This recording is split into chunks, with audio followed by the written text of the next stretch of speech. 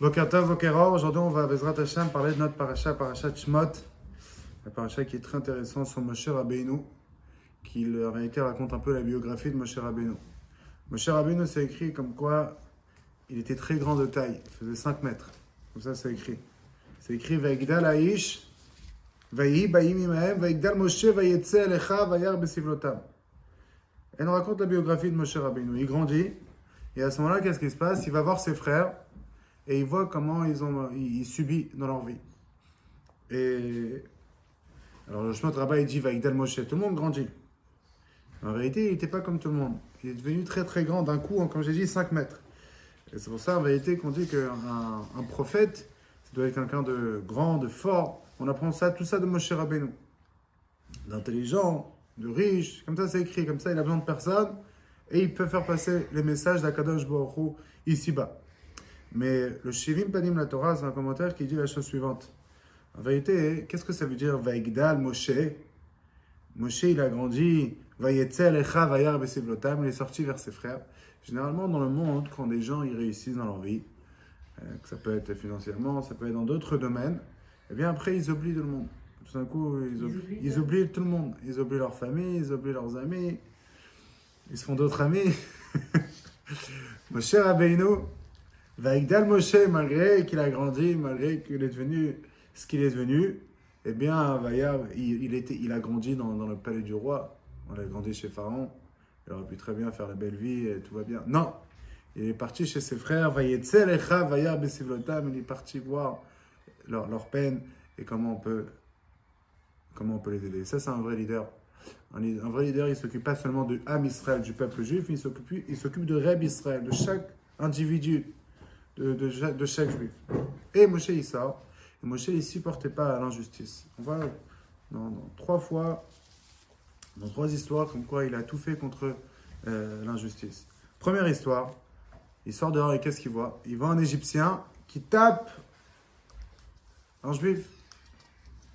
Il avait fait une kovako. Il a vu à droite à gauche, il a vu qu'il n'y avait personne. Vayar Kianish, il a vu qu'il n'y avait personne. Des commentaires, ils disent il a vu que de 7 Égyptiens, il n'y a aucun qui va sortir, il n'y a personne qui va sortir de bien. Et qu'est-ce qu'il a fait? Eh bien, il a dit le Shem Forage, il a dit le nom d'Hachem, et l'Égyptien, il est parti rejoindre ses ancêtres. Ça, c'est l'histoire. Le lendemain, il voit Shnei Ivrim. Maintenant, c'était déjà 2 juifs. Ok? Et là, il tape l'autre. Vayomer al-Rasha, il a dit à celui qui tape, Lama takerecha, pourquoi tu tapes ton ami? Pourquoi? Et là, l'hébreu lui dit, attends, tu vas me tuer, comment t'as tué hier l'Égyptien? Il savait que c'était un hébreu, que c'était un juif, Moshe, alors. Déjà, il savait? Très bien, il savait que c'était un juif, très très bien. Et là, c'est écrit Vaïra Moshe Vayamer Achen Davar. Moshe Rabbeinu, il a eu peur et il a dit maintenant, je sais que ça s'est fait savoir. Qu'est-ce que ça veut dire exactement? Je vais expliquer. Mais juste la 3e fois, c'est quand il arrive à Midian, quand il se sauve, il arrive à Midian, encore une fois, il voit que les filles de Yitro, ils se faisaient remballer. On leur a mis la quarantaine parce que, eh bien, Yitro, lui, il faisait toutes les idolâtries du monde. Et comme là-bas, ils avaient l'habitude de faire une certaine Avodah Zarah, mais Yitro, il ne faisait pas cette Avodah Zarah, il faisait d'autres, alors ils l'ont mis en quarantaine. Et là, Moshe Rabbeinu aussi les a défendus. Mais revenons aux 2 premières histoires. La première histoire, en vérité, c'est quoi l'histoire? Le commentaire nous dit qu'en vérité, ce juif-là qui se faisait taper par un Égyptien, en vérité, il était marié avec une femme qui s'appelait Shlomit Bat Divri. On l'appelle Divri parce qu'elle parlait beaucoup. Et dans la Torah, généralement, on ne parle pas du mal sur les gens, mais là, on voulait te dire qu'elle parlait avec tout le monde. Ce n'était pas une femme pieuse. Et qu'est-ce qui s'est passé en fait? L'Égyptien, lui, il est rentré dans cette maison de ce hébreu un matin. Et il dit sors, on a besoin de toi, il faut que tu vas travailler. Ce juif-là, c'était un des policiers qui s'occupait. Il nommait des juifs pour être policiers, pour voir est-ce que, en effet, les juifs ils font leur travail. Et quand il a fait sortir de la maison, lui, il est parti, il est rentré à la maison là-bas, et malheureusement, il a fait ce qu'il a fait. Il a attaqué la femme, il a violé la femme. Ça, Shlomit Bat Divri. Le lendemain, eh bien, le juif a su. et il voulait se divorcer. Malgré que elle, a priori, elle n'a pas besoin de se divorcer. Elle s'est fait attaquer. Mais lui, il voulait se divorcer. Alors le frère de cette dame-là, il est parti, il commençait à taper ce juif-là qui voulait divorcer. Vous voyez? C'est le lendemain. Et là, Moshe Rabbeinu vient et dit, pourquoi tu le tapes? Parce que lui, il voulait recevoir un guet. Il dit, mais pourquoi tu veux prendre un guet de ma soeur? Elle n'a rien fait, c'est pas elle qui a fait. Elle s'est fait attaquer. Et là, celui qui s'est fait défendu hier, en vérité, on parle ici de deux frères de Datan et Aviram. Datan et Aviram, durant toute l'histoire, ils ont fait que du mal à Moshe Rabbeinu. Ça représente dans le commentaire qu'en vérité, chaque personne, il va avoir dans le monde une personne qui va l'embêter. Chaque personne qui fait des bonnes choses, il va avoir dans le monde une personne qui va... Le Leumadze. Moshe Rabbeinu, son Leumadze, c'était qui? C'était Datan et Aviram. Déjà depuis le début. Et en effet, ils ont tout le temps après, durant toute l'histoire, qu'est-ce qui s'est passé? Durant toute l'histoire, après, ils n'ont pas arrêté de l'embêter. Datan et Aviram. Mais Moshe Rabbeinu, le jour d'avant, il défend le juif. L'Égyptien, il a presque tué. L'Égyptien, il a presque tué et il défend. Et là, qu'est-ce qui se passe le jour d'après? Il me dit quoi? Tu veux me tuer? Comme tu as tué l'Égyptien, malgré que hier, il a tué pour toi. Et là, Vaïra, il a commencé à avoir peur des commentaires. Il dit, Moshe Rabbeinu, il a eu peur. Il s'est dit, je pensais au début pourquoi Hachem leur fait tout ça. Mais là, je commence à voir que peut-être Chas Shalom, il mérite peut-être. Et il dit, il a eu peur. Il dit, ah, ça s'est fait sévère. Et en effet, après, à ce moment-là, il est parti rapporter à Paro qu'il a tué l'Égyptien. Et Paro, il a dit, je vais tuer Moshe. Et Moshe, il a dû se sauver. Ok? Oui. Oui. Tout ça. Ouais. C'est voulu par Hachem. Exactement. C'est voulu par Hachem. Mais on va parler de ça aussi aujourd'hui. On va continuer à développer ce qu'on a commencé mardi. En tout cas, ce qui se passe, c'est que Moshe Rabbeinu, eh bien, il y a des avis qui disent qu'il avait 20 ans à ce moment-là, et des qui disent qu'il avait 40 ans. En tout cas, il a dû se sauver à Midian. Il a dû partir pour 40 ans ou 60 ans, ça dépend s'il avait 20 ans ou 40 ans. En tout cas, il est revenu après à 80 ans. Quand il avait 80 ans pour délivrer le peuple juif. On lui a dit, vous inquiétez pas, Moshe Rabbeinu lui a dit, t'inquiète pas, ceux qui voulaient ton mal, ils sont morts. Qui? Datan et Aviram, ces deux frères-là, ces deux personnes-là. Et en vérité, ils ne sont pas morts, mais comme ils ont perdu toute leur fortune, eh bien quelqu'un c'est comme ça qu'il est mort. Quelqu'un qui n'a pas d'argent, c'est comme ça qu'il est mort. En tout cas, ce qui est sûr, c'est que Moshe Rabbeinu le retourné en Égypte. Mais le rabbi vient dans une sikha Shmot Chelek Lamed Vav et il dit quelque chose de très intéressant. Il dit qu'en vérité, Datan et Aviram, c'était deux personnes, en effet, que un peu leur mission dans le monde, c'était de mettre des obstacles à Moshe Rabbeinu. Et Moshe Rabbeinu, quand lui, il a eu peur de Aviram, parce qu'Aviram, comme j'ai dit, c'est lui qui est parti rapporter à Paro. Vaïra, il a eu peur. C'est à ce moment-là que Vaishima Paro. C'est à ce moment-là que Paro, il a entendu. En d'autres mots, le rabbi, il dit, comme quoi, il ramène du Midrash qu'il y a deux personnes. Un, c'était le plus grand des Avot, Yaakov Avinu. L'autre, c'était le plus grand des prophètes, Moshe Rabbeinu. À un moment donné, ils ont eu un manque d'émouna, un manque de bitachon. Yaakov Avinu, Dieu lui dit, t'inquiète pas, Avinu, Nochima, je serai avec toi. Et malgré cela, quand il arrive devant Esav, il commence à avoir peur. Vaïra, il a eu peur. Vaït Serlo. Pourquoi il a eu peur? Il s'est dit, peut-être, j'ai fait des avérotes. C'est quoi l'avérote qu'il a fait? Vaïra, on dit qu'il faut craigner son père et sa mère. Et lui, il y avait un long moment qu'il n'était pas en Israël avec Yitzhak.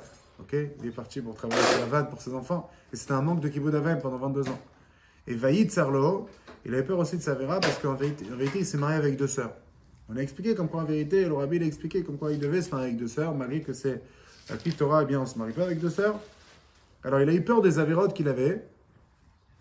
Et aussi il y avait une troisième chose, qu'il était censé partir en Israël et faire Ishuv Eret Israël, c'est une mitzvah de construire une maison là-bas en Israël, et lui il n'a pas fait. Et comme il a eu peur, Yaakov Avinu, eh bien, c'est écrit comme quoi c'était un manque de bitachon. Ok? Un manque de confiance à Hachem. Et Moshe Rabbeinu, la même chose, c'est écrit dans le parasha Vaïra, et aussi quand il est arrivé devant Melech HaBashan, pour faire la guerre aussi, il a eu peur. 2 fois qu'il a eu peur. Et qu'est-ce qu'on voit de là? On voit de là que comme il a eu peur, Moshe Rabbeinu, eh bien, Vaishma Paro, Dieu l'a entendu. En d'autres mots, comme j'expliquais qu'il y a 2 façons comment tu peux diriger ta vie. Ou une vie de nature. Okay. Tu fais les choses naturellement, etc. Ou bien une vie de bitachon. Moshe Rabbeinu, il avait une vie de bitachon. Il était prêt à partir devant Paro, il était prêt à faire des choses incroyables. Mais, puisque lui, à un moment donné, il s'est adapté à la nature, il a eu peur en effet, c'est à ce moment-là que Paro, il a eu un impact sur lui, il a dû se sauver, Moshe Rabbeinu. Et la question, elle est, comment nous, aujourd'hui, on peut avoir un vrai bitachon quand Moshe Rabbeinu il avait un manque de bitachon et quand Yaakov Avinu aussi, à un moment donné aussi, comme ça le Rabbi il dit, et en plus qu'on sait que pas forcément tout le temps on mérite. Alors, je vais commencer déjà avec une histoire très intéressante d'un monsieur qui était chochet et il a perdu son papa. Et lui, ce qu'il a fait, c'est que il gagnait sa vie en partant en dehors de la ville et là-bas, il faisait la shrita. Mais là, ce qui s'est passé, c'est qu'il ne pouvait pas partir en dehors de la ville parce qu'il devait faire les kaddish, il devait faire les tfilotes, etc. Mais il a écrit une lettre au Rabbi. Il dit, je ne sais pas quoi faire. D'un côté, eh bien, j'ai la shrita. Ok, j'ai la parnassa, je dois gagner ma vie. De l'autre côté, j'ai quoi?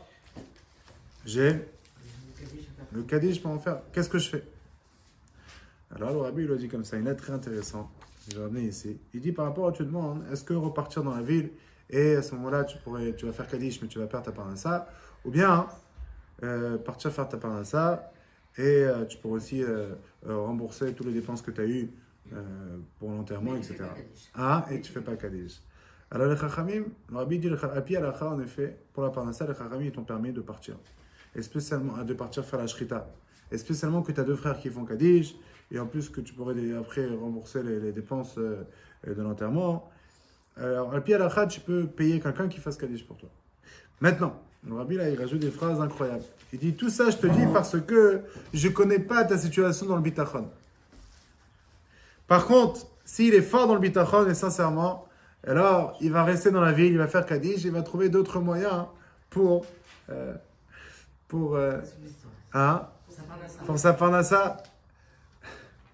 En d'autres mots, dans notre vie, on a deux manières comment diriger notre vie. Ou bien on court après le destin, après le goral, ou bien nous-mêmes on crée ce goral. Ou bien nous-mêmes on crée ce destin. On va développer ce qu'on a commencé mardi. Et c'est à nous de voir. Mais encore une fois, la grande question qu'on a, c'est comment nous on peut avoir un vrai bitachon si Dieu l'a décidé autrement. Si Dieu l'a décidé autrement, comment toi tu viens et tu peux dire non, moi je pense que ça va bien se passer. Moi je suis persuadé que ça va bien se passer. Moi je suis sûr que ça va bien se passer. Alors, déjà on voit que mon cher Rabbeinu, comme j'ai dit, eh bien, il avait le bitachon, mais quand il avait un manque de bitachon, c'est à ce moment-là que la nature l'a attrapé. La teva l'a attrapé. Alors, ouais, le chavod. C'est quoi la différence entre Emouna et bitachon? Très bien. Alors, on va parler de ça maintenant. Tu l'as déjà dit, juste 1000 fois tu l'as dit, mais j'ai encore voulu pire. En vérité, il y a deux avis. Je regarde les films 20 fois. Voilà. Hier, il y a Sheina qui nous a parlé justement de ça. Elle m'a dit qu'elle a parlé de ça. Elle a dit que là, et ben, que le quand vraiment tu crois, c'est plus fort que la Mouna. Alors, je vais expliquer. Il y a deux avis en vérité. Il y a deux avis. C'est ça qu'elle a dit hier. Il y a des grands. Il y a des grands sages. Il y a des grands sages que eux ils disent que Dieu il travaille pas chez toi. Et Dieu il fait ce qu'il veut. Et tu peux pas dire à Dieu fais comme ci, fais comme ça. Alors eux ils disent d'après eux, Emouna et bitachon c'est la même chose. D'après certains avis. Eux ils disent c'est quoi Emouna et bitachon? C'est que tu es persuadé que Dieu il gère ce monde. Dieu il a créé ce monde. Dieu il t'a créé à toi. Toi t'as rien demandé au bon Dieu. C'est Dieu qui t'a créé. Et s'il t'a créé, c'est qu'il attend de toi quelque chose. Et s'il attend de toi quelque chose, c'est ta une mission. Ça veut dire qu'il va t'aider pour accomplir cette mission. Ça veut dire qu'il va te donner tous les moyens pour accomplir cette mission. Alors c'est sûr que tout ce qu'il va faire, c'est pour le bien. En d'autres mots, c'est le niveau de Rabbi Akiva. Comme l'a expliqué l'histoire, Rabbi Akiva, il est parti là-bas dans la ville, il était avec son âne, etc. Et à la fin, il a tout perdu. Mais il s'avère que le mal, c'était pour le bien.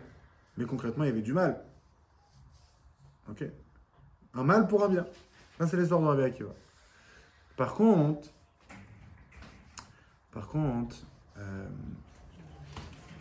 bien la Chassidut, elle nous explique qu'en vérité, non, c'est pas ça.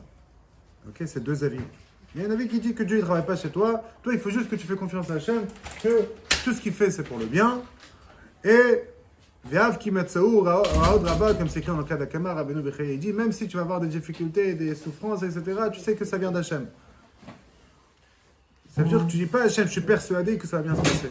Tu dis, je suis persuadé que tout ce qui se passe, c'est pour le bien. Ok? Ça, c'est par rapport à Emouna et Bitachon, les premières années. Vient la Chassidut et nous explique, elle dit que non.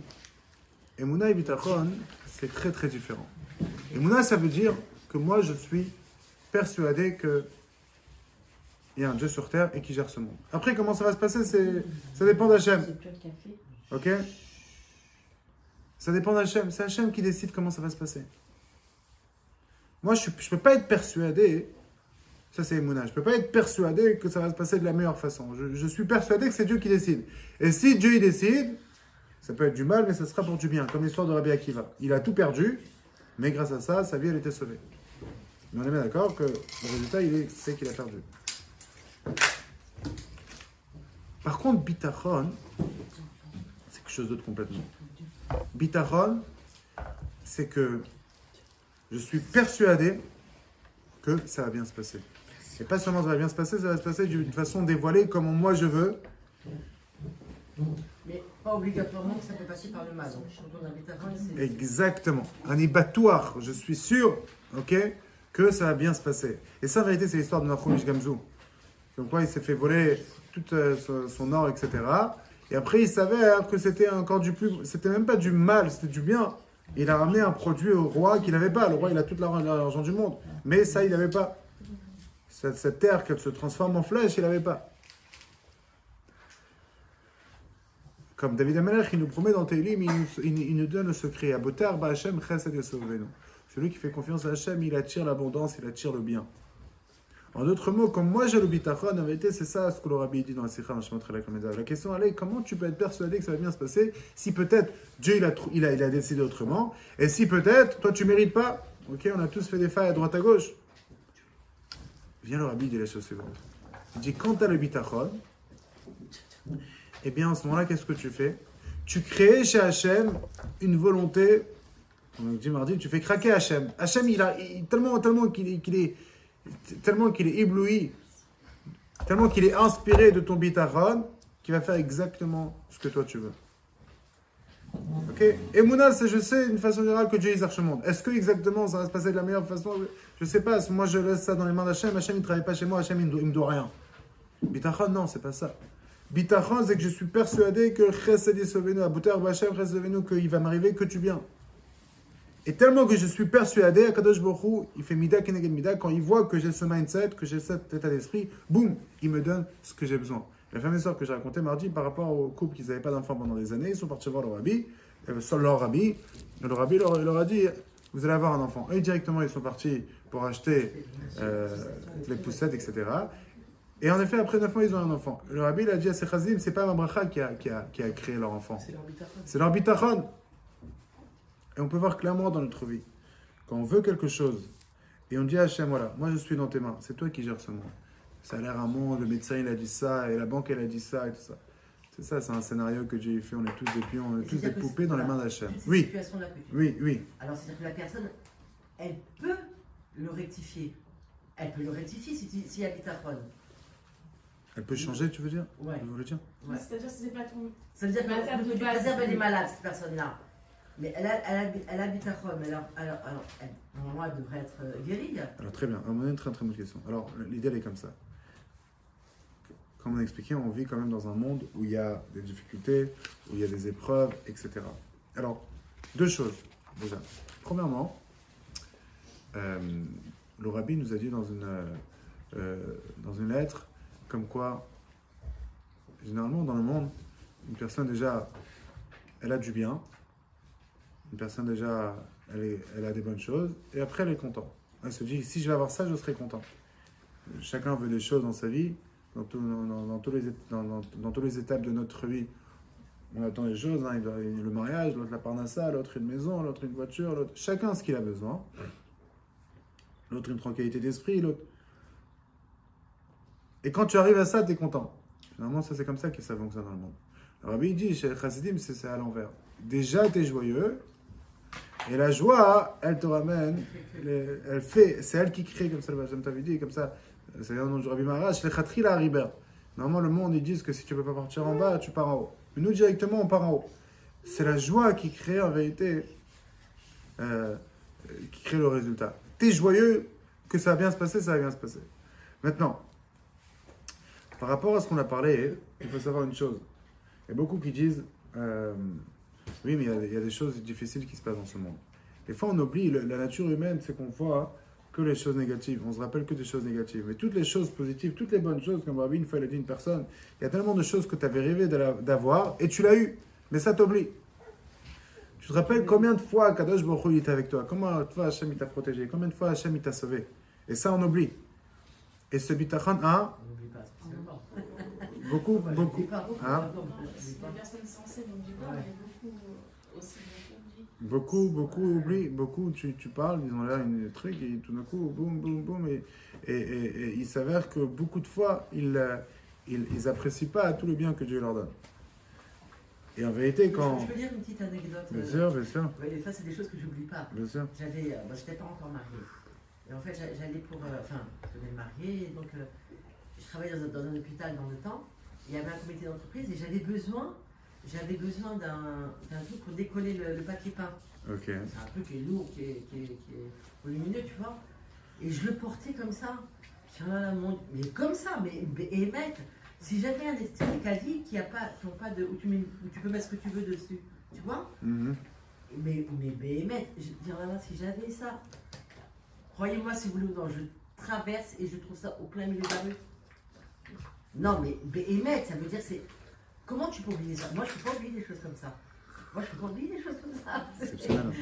C'est truc de fou. Bien sûr. Et tellement de fois qu'on voit la divinité, tellement. Comment on peut oublier? On rêver des choses comme ça, mais tu peux pas oublier. Et que ça vient ça peut venir que. C'est exactement ça. Hachem, il te montre, je suis avec toi, même dans la difficulté, dans toutes les étapes de ta vie, je suis avec toi.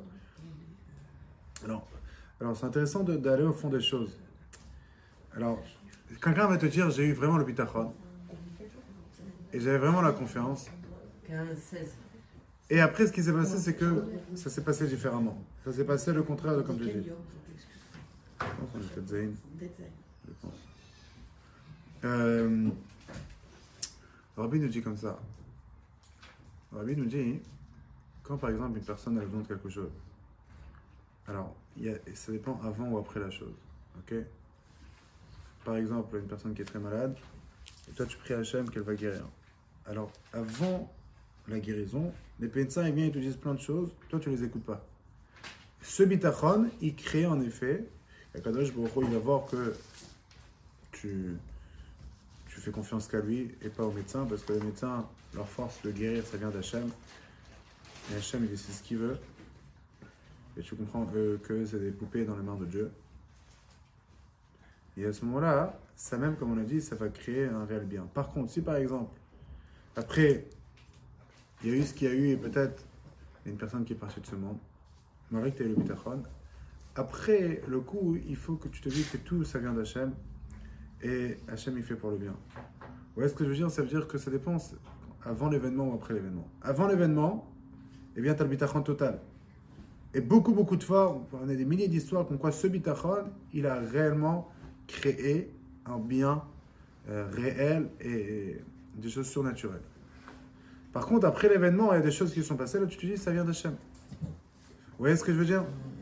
Mais le chidouche du Rabbi, c'est que malgré qu'une personne ne mérite pas, malgré qu'une personne, a priori, Dieu il a décidé différemment, malgré ce que tu veux, le fait que tu as eu le bitachon, eh bien à ce moment-là, Dieu il va réellement te donner, parce qu'en effet, quand Dieu il voit qu'une personne a le bitachon, il fait mida keneged mida, et tu crées en vérité une réalité. La pensée, elle est très elle est créative. Maintenant, et le Rabbi Michael explique encore plus que ça. Il dit qu'Akadosh Baruch Hu, il donne à ceux qui méritent et à ceux qui ne méritent pas. Même, il y a des gens qui se disent non, mais comment moi je vais avoir ci, je vais avoir ça, peut-être je ne mérite pas. Eh bien, c'est faux. Quand tu réfléchis comme ça, c'est un manque de bitachon. C'est un manque de bitachon b'Hachem. C'est un manque de bitachon que tu te dis, Akadosh Baruch Hu, il ne va pas me donner parce que je ne mérite pas. Mais Akadosh Baruch Hu, il donne à tout le monde, même à ceux qui ne méritent pas. Si Dieu il donne à des gens que tu sais réellement qu'ils ne méritent pas dans le monde, qu'ils ont fait des choses. Parce qu'ils méritent des. Des quoi? Des parents, des grands-parents. Il y a ça aussi. Rabbi Michael, il parle de ça. Mais même si on va dire qu'il n'y a pas de mérite, on va dire, ça n'existe pas ça, mais on va dire qu'il n'y a pas de mérite. Dieu il donne quand même. Vous voyez ce que je veux dire? Parce que Hachem il a pitié, Hachem c'est lui qui t'a créé. Hachem, il aime chaque juif, comme le Baal Shem t'avait dit, Hachem, il aime chaque juif comme un enfant qui est né chez son parent quand il était déjà très très âgé, un fils unique, comme ça le Baal Shem t'avait dit. Alors quand tu viens avec cette compréhension qu'Hachem, il va te donner exactement ce qui est bien pour toi, et tu as ce bitachon, alors ce bitachon, en effet, il créait en effet ce résultat qui est juste incroyable. Ça, c'est par rapport à la Sikha du Rabbi qui nous a dit par rapport à Moshe Rabbeinu qu'il a eu un manque de bitachon. Et ce manque de bitachon, en effet, c'est ça qui a créé que Vaishma Paro. Quand Moshe Rabbeinu a commencé à avoir peur, alors il s'est adapté à la nature et il a considéré la nature. Alors à ce moment-là, oui, la nature, elle peut faire peur. Et à ce moment-là, Paro, il a entendu, il a dû se sauver. Mais si, comme ça le Rabbi dit, si Moshe Rabbeinu, eh bien, il n'aurait pas eu peur. À ce moment-là, il n'aurait pas dû se sauver et il n'aurait pas dû avoir tout ça. Mais encore une fois, comme on a dit, tout le parcours. Oui, mais c'est Hachem qu'il a fait non, ça c'est pas Hachem qui a fait qu'il a eu peur. Non. Encore une fois, nous on a le libre arbitre. Et la grande question qu'on a demandé, c'est si tu as le libre arbitre, alors comment tu peux dire comme quoi Hachem il sait tout ce qui va se passer? Ok? Et là, le Rabbi, comme j'ai dit dans plusieurs lettres, il répond à ces questions. Il te dit qu'Akadosh Baruch Hu, lui, il voit le futur comme le passé comme le futur. Et comme une histoire qui s'est passée, tu sais qu'elle s'est passée. Akadosh Baruch Hu, de la même histoire qui s'est passée, lui, il voit le futur de cette façon. Mais il sait qu'est-ce que la personne va faire. Ouais, Akadosh Baruch Hu, il sait ce que la personne va faire. Alors, la question elle est si il sait ce qu'Akadosh Baruch Hu va faire, alors pourquoi il met des punitions? S'il sait que tu vas faire ci et ça. Alors ça, c'est des lettres du Rabbi énormes qui parlent de ça. Le Rambam, il parle de ça. Ça, c'est très compliqué. Le Rambam, il parle de ça dans Moreh Nevuchim, très longuement. Et je ramène une fois des lettres du Rabbi ici, pour un peu lire ensemble quelques lettres du Rabbi sur ce thème-là. Mais, le Rabbi dit une seule chose. Ton libre arbitre, tu as un vrai libre arbitre. Tu as un vrai libre arbitre que toi, Dieu t'a donné le pouvoir de faire ce que tu veux. Dieu a donné à chacun le pouvoir de faire ce qu'il veut. Mais de l'autre côté, il faut savoir que Hachem, il sait exactement le futur comme le passé. Haya veillé ke'echad. Lui, il voit les choses différemment. Ça, c'est par rapport au bitachon.